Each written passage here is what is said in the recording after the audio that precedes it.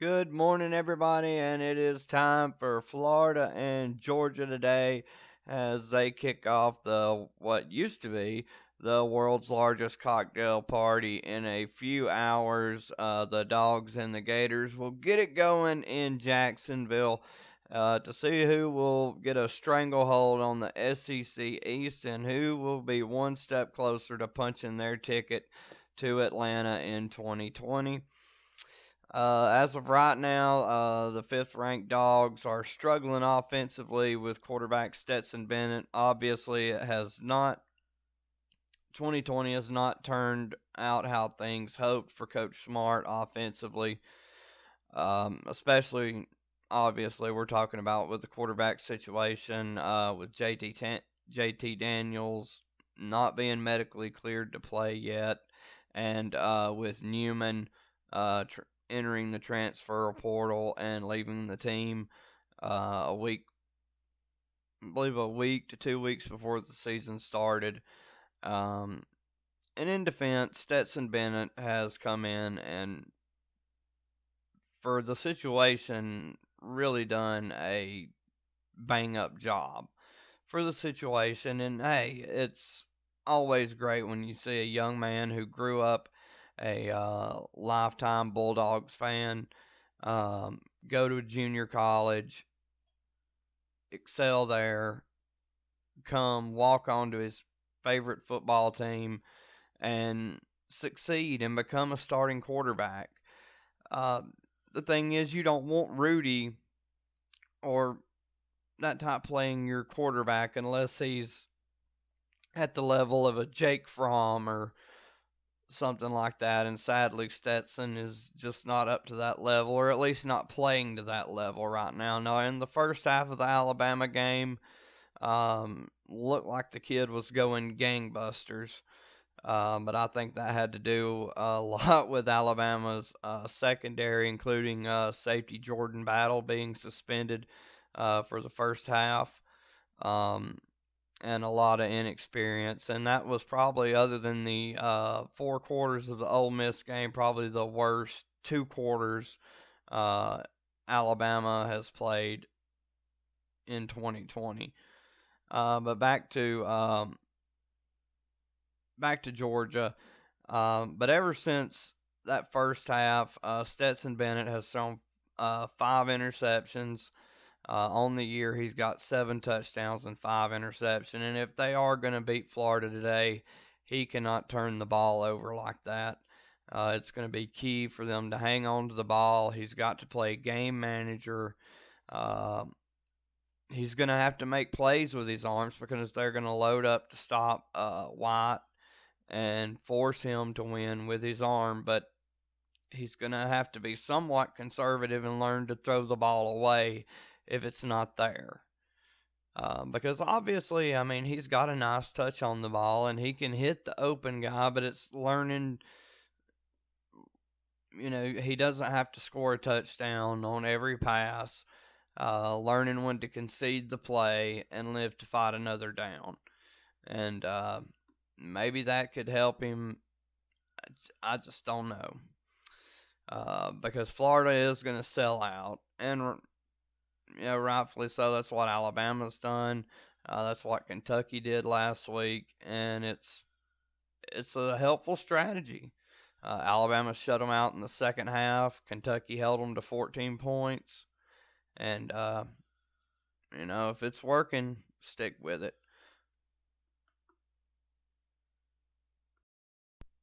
And I just hate to keep pounding on top of the kid on Bennett because what he has done is admirable, and what a lot of young men just frankly wouldn't have the stones to do.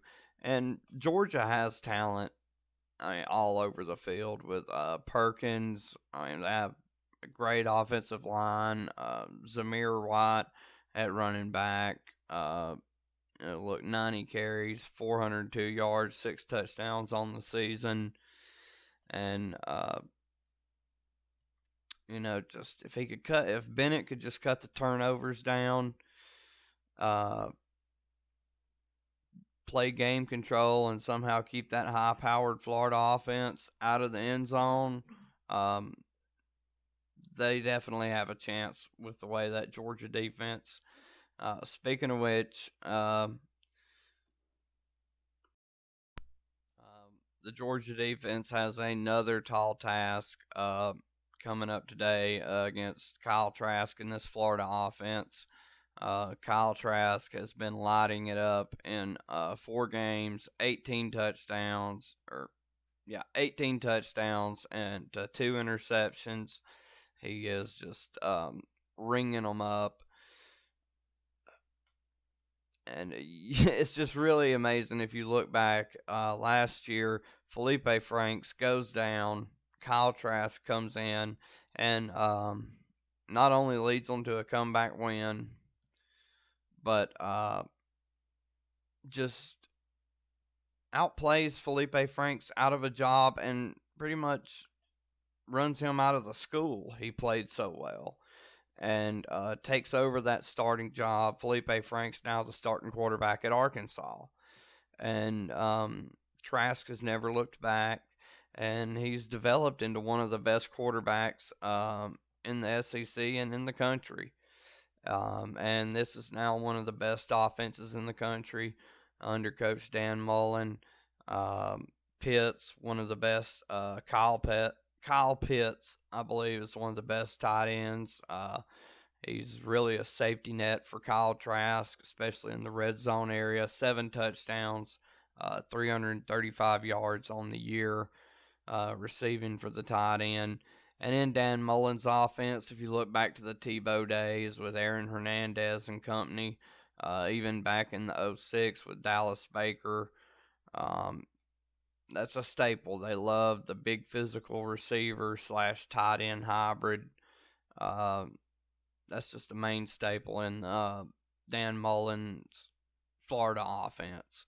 And it has been even when he was an assistant under Urban Meyer. And even Urban Meyer has kind of carried that, or did carry that to to Ohio State. But either way, it's going to be a tall task for Georgia. Usually with Georgia's depth and the talent and the depth they had, now their starting 11, Georgia's defense is top notch. To me, the only thing they're missing this year is the depth on defense they usually have as far as experience goes. Now Georgia's talent-wise, yes, they're loaded with talent, but as far as experience and talent, I think that's one thing they're missing on defense is just the experience for guys to come in off the bench and gives these guys somewhat of a breather. And I think that hurts them. In today's game, it's, of course, if you're a football fan, I'm not telling you anything new, but you're not going to win national championships beating people 17-3, 24-3 anymore. That's just not the game. You're going to have to. Most national championship teams, to me. Now, if you look back at the 2016 Clemson team, the 2019 LSU team, the 2014 Ohio State team, if you look back at those teams, they had great offenses and not a great defense, but a bend but don't break, very solid defense. They weren't going to shut anybody out, but you weren't going to go gangbusters on them either. And they might have started out a little weak, but they got better as the season progressed. Certainly, somewhat like this Florida team has done or is doing right now. The only concern I would really have about Florida in the matchup with Georgia, where Alabama was able to take advantage of Georgia, was with Alabama's speed at wide receiver. With Devontae Smith and Jalen Waddle, they were able to use their speed in man coverage. Also, because they had Miller Forstall. Gosh, Sorry. Excuse me a second. They had Miller Forrestall, tight end, who you didn't know he's a great blocker and a great receiver. And you also had Najee Harris. So you couldn't just really load up because you didn't know what Alabama was going to hit you with. And if they sold out, you had Waddle and Smith who could burn you deep, and they did. And then if you tried to double up one of them, you had John Mechie or a number of the Tide receivers, but especially with Waddle and Smith.